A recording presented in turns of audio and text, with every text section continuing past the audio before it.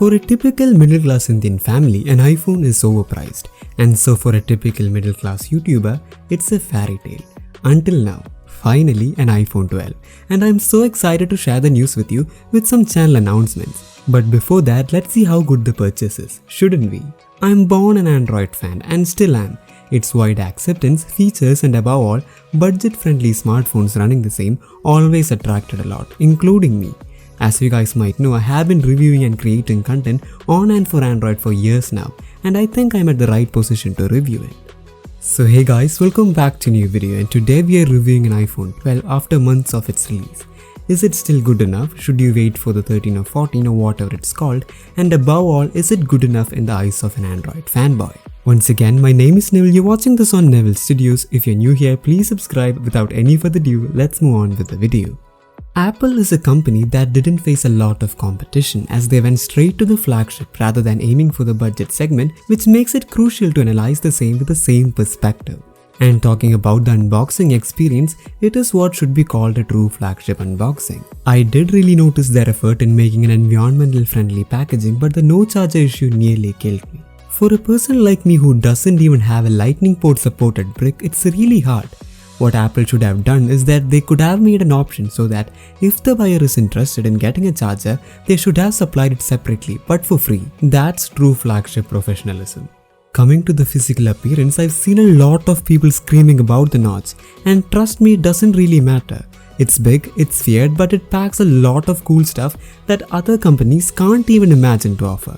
I've been using a Redmi K20 or Mi 90 which has a full screen display even without a punch hole, and I love it, and trust me, the notch on the iPhone really didn't haunt me in my sleep, and I got used to it surprisingly fast, or the better word is instantly. The ring and silent button, that's something you'll never see easily on another device, and you might be wondering why is it even there when you can toggle the same via tons of other methods, but trust me, when you get used to it, it's heaven. Quick, reliable and assuring. That's all about the physical appearance that is worth mentioning about. Let's move on to iOS, the most awaited part of this video, I guess. As you guys might have seen, I did make a video on Android 12 and it was simply awesome. The new animations and rounded corners were appealing, and it is clearly the best operating system when compared to its previous generations. But comparing it with iOS, there is not even a single chance I'm going to rate Android as the winner. And this doesn't clearly mean iOS is the best. It has its own flaws and issues, and even some features are much more better on the Android platform. But talking about the fluidity, smoothness and performance, iOS scores it big. Okay, so you guys might be thinking, Android 12 is in its early beta and it can get a lot more better, and I'm waiting for it. So what is the point in comparing it? But trust me, I'm using iOS 15 alongside to compare the same. And it's not just Android 12 as the whole picture, but we are comparing Android with iOS, not version specific. There are some cool features that iOS has implemented from Android and vice versa, and to me, copying is a fair game when it comes to a better user experience. If you guys would love to see more comparison videos in future, comment down and let me know regarding the same. Moving on with the iOS experience, customization, it's completely pointless. iOS is trying to showcase its unique style, and so you have a limited amount of customization. Launchers, icon packs, goodbye. You have workarounds to change how the icons look, but it's not user-friendly as it's on Android, and it might be annoying if you're really into it.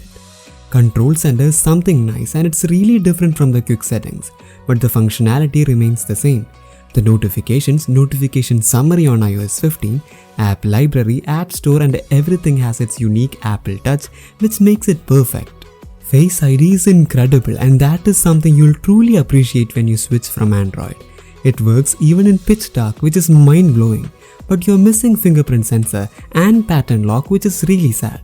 Passcode for me is not that secure, as for someone who's trying to figure out your code, it's just a matter of few times, while on the other hand, pattern lock can range from easy to super hard ones, which I was a huge fan of. Some issues that really bugged me in switching from Android is you'll lose a whole bunch of applications you love, and to get something similar you might have to even pay a lot on the App Store. Transferring data from Android to iOS is still an issue. I did lose all my WhatsApp data during the same. There are workarounds for this too, but for a normal switch, it's a disaster. Clipboard is something I really loved on Android. You can copy paste stuff and even store it, and you can access it so easily with Gboard, even screenshots. but it's missing here. You can find tons of applications promising the same on App Store, but nothing really worked for me. Moving on to the cameras, you guys know it's the best or comparatively the better. It's so crisp, clear and stabilized even when you're clicking photos and videos in third-party apps like WhatsApp and Telegram. You have 4K 60 FPS in the front cam, which is not something you see on a daily basis. Night mode, portraits and slow motion also turn out to be unique. Siri versus Google Assistant, and it's a controversial topic. As you guys know, I have the latest version of both running on my devices, and I can't claim one to be better over another. But Siri has comparatively improvised. When it comes to offline support and privacy concerns, Siri on iOS 15 is the winner. It stores all the relevant data on the device and hence safeguarding the privacy with a much more faster response rate with an offline experience. If you have tons of smart devices that only support Google Assistant, switching to iPhone can be a tedious task. So look for devices that support Apple Home, or you'll have to use them manually as I do. If you would like to see virtual assistant test battle videos on this channel, please let me know via the comment section.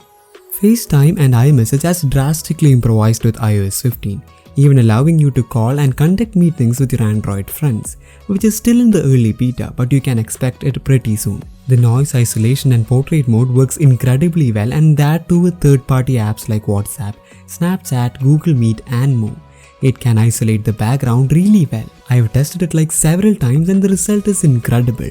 No background noise at all, even if you're playing screaming loud music in the background. You don't have native support for Google apps starting from Calendar to even Gmail. You have better and professional Apple versions for the same. If you're someone who feels hard to switch from Google apps, you have to install them manually. For taking a screenshot, you don't have a shortcut or a 3-finger swipe gesture. You have to do it manually with the buttons, but the recently introduced back tap feature helps you to set shortcuts for double and triple back taps, one of which can be configured to take a screenshot. It works fantastically well and responsive, even with the case on. But at certain situations, it triggers the same by mistake, and to be honest, it happens very rarely, like once with my phone. You can't install third-party apps easily, and your go-to solution will always be App Store. In comparison to Play Store, the purchase rate on App Store is a bit high, which makes it impossible to try out new apps via purchasing. If you're having multiple devices, the Apple ecosystem is incredible. It works really good with macOS. Creating notes, sharing files, calls and more are seamless, and I can use the device I prefer with time. I can switch instantly. Multitasking has been improved with iOS 15 with the drag and drop feature, which to me was a game changer. It's really useful and something really new to the smartphone industry. It is like using a computer to drag and drop files to your desired location.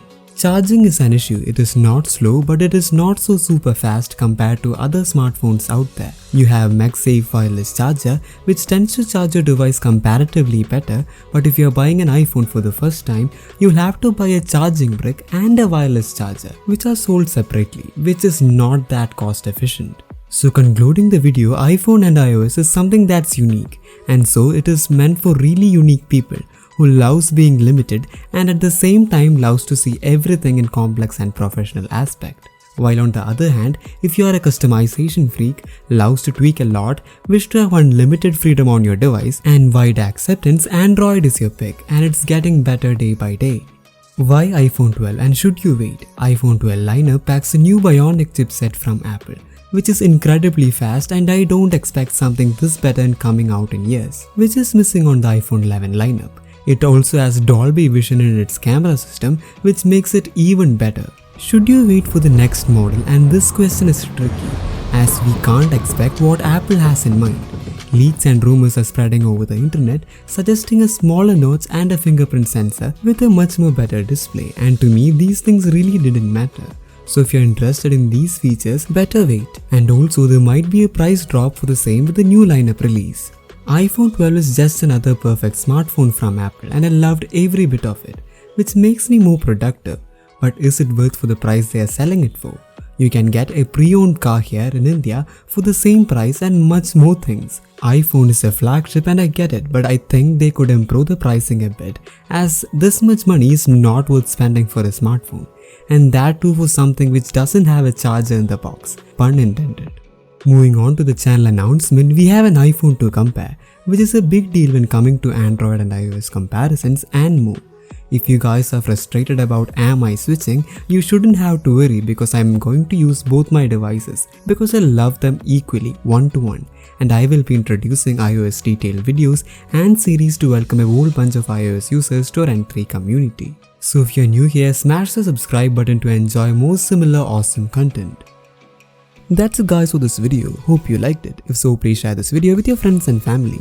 Also, thanks for watching. Please do like this video and also subscribe if you're new here. Also click the bell button to get to us every single time we upload a video. Comment down your suggestions, we're always here and replying you. This channel is fully based on your support, so please do show your love to the maximum.